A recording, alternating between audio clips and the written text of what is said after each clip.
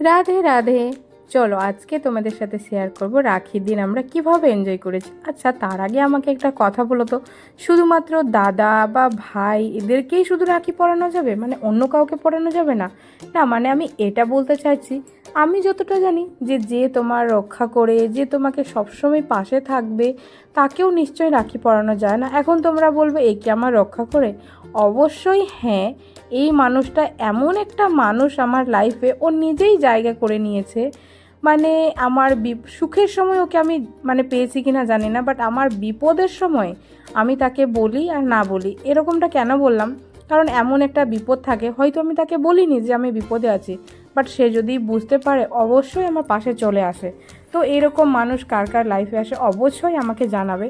তো দেখো, এই মানুষটা এমন একটা মানুষ, মানে আমার সব সময় রাত 12টা হোক আর দিন 12টা হোক, আমার বিপদ মানে ওকে আমি পেয়েছি, এটা সবাই জানে। তো যাই হোক, তার জন্য আমি বললাম তুমি তো আমার এতটা রক্ষা করেছো, তার জন্য তোমাকে রাখি তো আমাকে বাঁধতেই হবে, এটা তোমার অধিকার। তো সে সেবাই যাচ্ছিল, তখন তোমরা দেখতেই পেলে তাকে আমি ধরে বেঁধে নিয়ে এসেছি। তো আমাকে টাকা দিচ্ছিলো, আমি বললাম দেখো নিয়েছি সেটা, বাট আমি বললাম দেখো তুমি তো আমার আগেই রক্ষা করেছো এত কিছু, তো তোমার থেকে টাকা নেওয়াটা একদমই মানে আমার মানে একটা যুক্তিগত ব্যাপার হচ্ছে না। ও বলছে না, এটা আমি বড়, তোকে আমার দেওয়াটাই একটা নিয়ম। তো আমি বললাম ঠিক আছে চলো। ও বললো চকলেট কিনে নিবি, এই কিনে নিবি, বলছি ঠিক আছে চলো, ভালোই। তো যাই হোক, আমি ভগবানের কাছে সবসময় প্রার্থনা করি সত্যি এমন একটা মানুষ।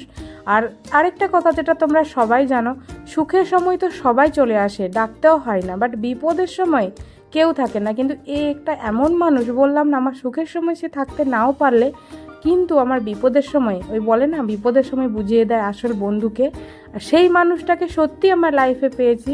আর মানে ভগবানের কাছে প্রার্থনা করি এই মানুষটা যেন আমার লাইফে কোনো দিন না যায়, সেটা আমি নিতে পারবো না। তো যাই হোক, সবার লাইফে এরকম একটা মানুষ অবশ্যই থাকে। তো তারপরে দেখো আমাদের পর্ব তো শেষ হয়ে গেছে, তারপরে দেখো ওদের ভাই বোনের কিন্তু সেকেন্ড পর্ব এটা। তো মানে কি বলবো, এদের কিন্তু এখানে বিকেলবেলা এরা রাখি বাঁধছিল। তো সকাল থেকে আমার বর মানে মাথাটা খারাপ করে দিচ্ছিলো। অ্যাকচুয়ালি কৃষ্ণাঙ্গীর একটু শরীরটাও ভালো ছিল না, তার জন্য মানে একটু রেস্ট করছিল, আর পরে এসেছে।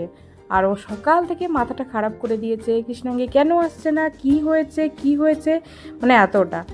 আর একটা কথা এখানে না বললেই না, যে আমার মনটা খুবই খারাপ ছিল সেই দিনে। কারণ তোমরা সবাই জানো যে আমার দাদা আছে, বাট আমার দাদা সেই দিনে কোনো কারণবশত আসতে পারিনি। তো অবশ্যই মন খারাপ করার কথা, কারণ আমার লাইফে ফার্স্ট টাইম আমি আমার দাদাকে রাখি বাঁধতে পারিনি আর কি। তো যাই হোক, হ্যাঁ আরেকটা কথা এখানে বলবো কেন বাঁধতে পারিনি। তোমরা সবাই জানো আমার শরীর খুব অসুস্থ আছে। তো হ্যাঁ, তোমরা সবাই কমেন্ট করছো, লাইভ করছি না, এমনি তোমরা সবাই প্রায় কমেন্ট করছো কি হয়েছে তোমার। তো অবশ্যই তোমরা ভগবানের কাছে একটু প্রার্থনা করো, তো আমার কি হয়েছে কি না, আমি সুস্থ হয়ে গেলে অবশ্যই তোমাদের সাথে জানাবো। আসলে তোমরাই তো আমার আসল ফ্যামিলি, তাই না? তো দেখো ওদের কিন্তু রাখি পর্ব শেষ, আর এই জিনিসটা আমার হেভি লাগে যে যখন তুমি কাউকে গিফট দিচ্ছ, আর যখন ও আরও খুশি হয়ে যাচ্ছে না, তখন দেখবি আরও বেশি ভালো লাগে। আর দেখো ও খুব খুশি হয়ে গেছিলো। আর দেখো মানে সকাল থেকে মনটা ওর এত খারাপ ছিল, আর এ তো গিফট পেয়ে খুবই খুশি। এরপরে ওর দাদার চেহারাটা জাস্ট তোমরা দেখো, ব্যাস, দেখতে পাচ্ছ, মানে বাচ্চাদের থেকেও বেশি। তো যাই হোক, আমরা তো এইভাবে সারা দিন আমরা রাখিটা মানে রাখির দিনটা এইভাবে কাটিয়েছি। তারপরে দেখো কৃষ্ণাঙ্গী আমার হাতেও রাখি পরিয়ে দিচ্ছিল, যে দাও বৌদি তোমাকে পরিয়ে দিই। তো এখানে ভিডিওটা শেষ করছি। অবশ্যই তোমরা জানাতে ভুলো না আমাদের ভিডিওটা তোমাদের কেমন লেগেছে, আর ভালো লাগলে কি করতে হবে, একটা লাইক শেয়ার কমেন্ট।